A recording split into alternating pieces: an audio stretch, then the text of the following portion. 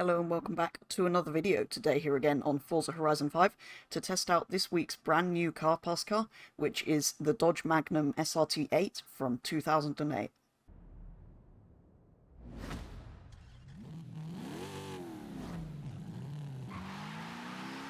So, I had actually never heard of the Dodge Magnum before it was added to Forza. At first glance, it does just look to be a Dodged badge version of the Chrysler 300C, which, according to the internet, it sort of is, but it's also kind of like a Dodge Charger estate, or station wagon, if you're from America, which of course is where this is from. And yeah, it is kind of cool, fast estates generally are, although I'm not really sure quite why they chose this one. It seems a little bit outdated and not particularly exciting. Having said that, it does produce 525 horsepower and 570 newton meters of torque from a 6-litre V8 engine, although it does weigh a massive 1,986 kilos, putting it in B class at 669 stock. So they were built between 2005 and 2008, with this model in Forza being a 2008, so right at the end of the production. And although I said it was American, these were actually assembled and put together in Canada, as opposed to in America itself. I mean, still, an American car is a Dodge after all. But anyway, yeah, actually built in Canada. In 2008, though, when it came to the end of its production, they actually scrapped it along with the PT Cruiser convertible and the Crossfire, and the Pacifica, whatever that is. But yeah, for this to be in the same selection of cars to scrap as a PT Cruiser and a Crossfire kind of suggests it was a bit terrible, really, if it's in any way anywhere near the terribleness of those two. So yeah, it didn't actually feel great. First impressions of driving it was that it made a lot of noise and spun its wheels, but never really went anywhere, didn't really feel powerful enough for its weight, which is a bit ridiculous when it's got that much horsepower, although 425 isn't a lot from a 6-litre engine, if we're being honest. So yeah, it didn't feel all that quick. It did kick the back out a little bit, so it definitely had the power, it just sort of felt weighed down, and it never really went on to much speed. Didn't feel like it accelerated that quickly on these bits of road here. But yeah, it did kick the back out, which was rather a lot of fun with something that weighs this much. All of that weight being transferred around at the back did make it kind of fun to slide about in the corners, but definitely not a good handling car. As for the interior, it's rather basic and full of plastic, which, to be honest, isn't that much of a surprise. On the outside, I'm not sure what I think of this thing visually. I mean, I never liked 300C, so not really a huge fan.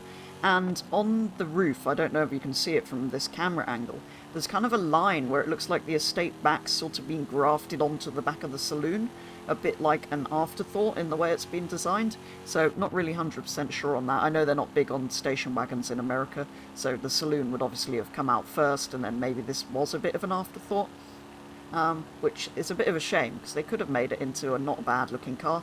I do think it looks better than the Chrysler equivalent. I think the grille's slightly nicer, but yeah, it's not a beautiful car, is it? And having said it was slow, it did actually reach a rather impressive top speed of 183 miles per hour on the downhill section of this motorway, which did kind of surprise me after it not feeling all that fast earlier. You might have just heard me change gears there. That was me finding 5th gear and then shifting back to 4th, because 5th is actually entirely useless. In reality it makes sense, because you wouldn't be at massive revs. But in Forza, where you're trying to go for a top speed, 5th wasn't actually required it was eventually to hit 183, but until quite a high speed it was sat in 4th.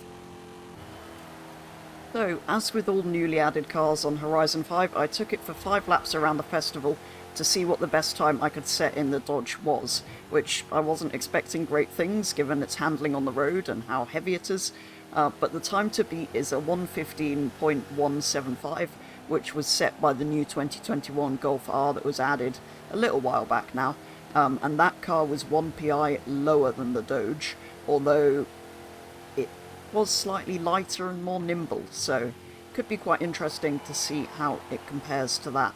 Off the line, I did notice on the first lap it spun its wheels up madly, as it did on the road. which was kind of to be expected. That's exactly what it did out on the road test. And yeah, it often seemed to bog down, shifting from second into third. There just seemed to be no power at the start of that gear.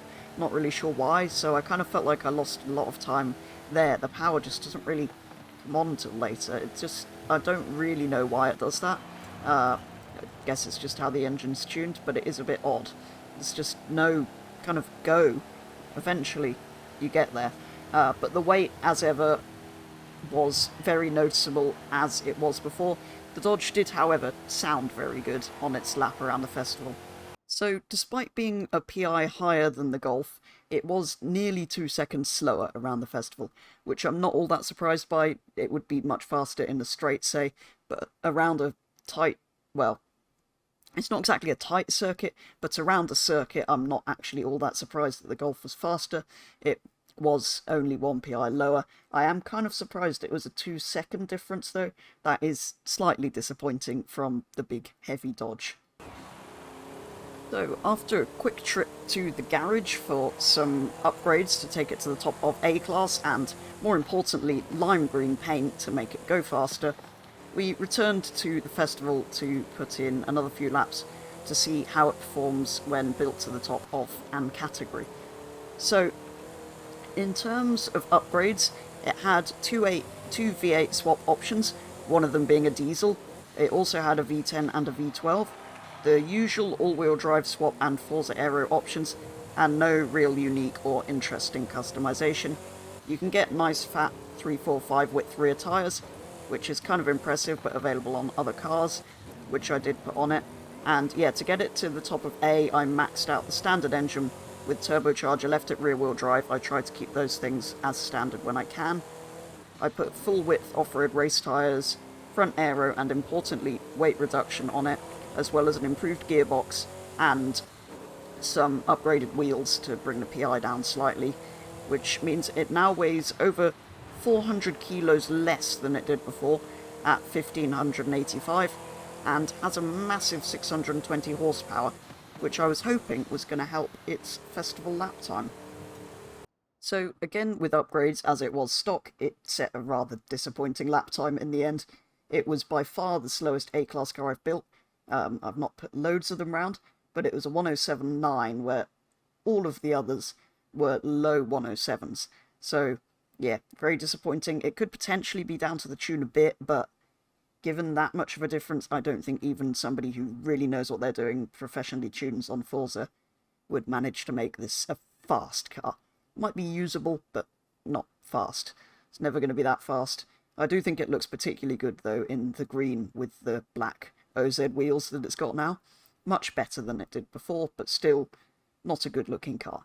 But anyway, there we go. That is a first look at the Dodge Magnum SRT8, which, going into this, I wasn't that excited about and didn't know much about. Found it was slow stock, slow upgraded, not particularly good-looking, sounded good, but apart from that, not really a very good car. So, anyway, that is going to do it for a first look at the Magnum. I did kind of enjoy driving it upgraded, but like I say, really not a good car, and not the sort of thing I like particularly. But anyway, there we go. That is going to be all for today's video.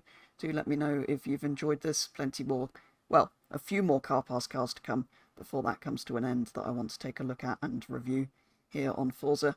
But for now, that is going to be all, so thank you very much for watching, and I'll be back with the next video very soon.